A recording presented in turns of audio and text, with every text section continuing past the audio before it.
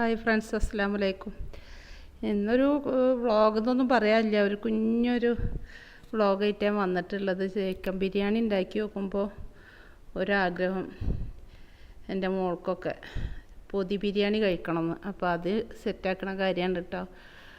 അപ്പോൾ അത് ഒരു സന്തോഷമല്ലെന്ന് വിചാരിച്ചാൽ ആ വീഡിയോ ഒന്ന് ഇടുകയെന്ന് മാത്രമേ ഉള്ളൂ. ഞങ്ങൾ ബിരിയാണി വെച്ച ദിവസം അന്ന് സ്പെഷ്യലല്ലേ, ഞായറാഴ്ച ഉണ്ടാക്കിയതാട്ടോ.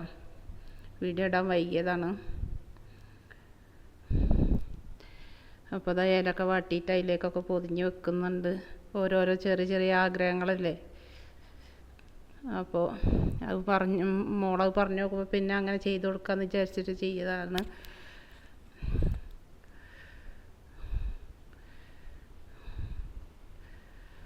അപ്പോൾ ഇതാ ചിക്കൻ്റെ 2 പീസ്, കച്ചമ്പർ,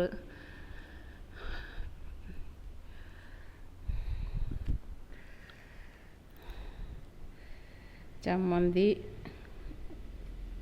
ഈത്തപ്പഴം, കാന്താരി അച്ചാർ ഒക്കെ ചേർത്തിട്ടാണ് പൊതിയുന്നത്. അപ്പോൾ ഈ ഈത്തപ്പഴം കാന്താരി അച്ചാറിൻ്റെ വീഡിയോ അടുത്ത് ഞാൻ ഇടുന്നതാണ്. അതിൻ്റെ വീഡിയോ ഇട്ടിട്ടില്ല. അപ്പോൾ അതിൻ്റെ റെസിപ്പി ഞാൻ ഇടേണ്ട അടുത്ത ദിവസം തന്നെ. അപ്പോൾ ഇതാ ബിരിയാണി പൊതി റെഡിയായി. അപ്പോൾ ഇത്രേ പണിയുള്ളൂ. അപ്പോൾ പൊതിയായിട്ട് കഴിക്കണം എന്നുള്ള ഒരു ആഗ്രഹമല്ലേ എന്ന് വിചാരിച്ചിട്ടാണല്ലോ. അതപ്പോൾ ബിരിയാണി നമ്മൾ സാധാ പ്ലേറ്റിൽ കഴിച്ചാലും ഒക്കെ കണക്കപ്പോൾ മക്കൾക്ക് ഓരോരോ ആഗ്രഹങ്ങളാണല്ലോ പൊതിയാക്കി കഴിക്കണം എന്നൊക്കെ. അപ്പോൾ അങ്ങനെ പൊതിയാക്കി വെച്ചതാട്ടോ. കുറച്ച് സമയം അതിൽ ഇരിക്കട്ടെ എന്ന് പറഞ്ഞിട്ടൊക്കെ പണികൾ കഴിഞ്ഞ പാട് ചൂടോർക്കനാക്കി വെച്ചിട്ട് കുറച്ച് കഴിഞ്ഞിട്ട് എടുത്ത് കഴിക്കാൻ പറഞ്ഞിട്ട് ഇപ്പോൾ അതാ കുളിയൊക്കെ കഴിഞ്ഞ് വന്നിട്ട് അവളെ ബിരിയാണി കഴിക്കാൻ പോവുകയാണ്.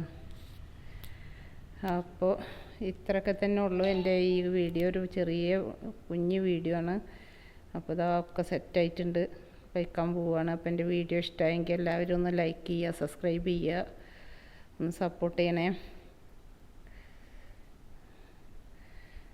അപ്പോൾ ഇതാണ് ബിരിയാണിയുടെ ഒരു പരുവം. എല്ലാം കൂടെ കൂട്ടിക്കൊഴിഞ്ഞ ഇലയുടെ ഒരു വാട്ടേൻ്റെ ഒരു സ്മെല്ലും ഇതൊക്കെ കൂടിയായിട്ടൊരു നല്ല ടേസ്റ്റാണ്.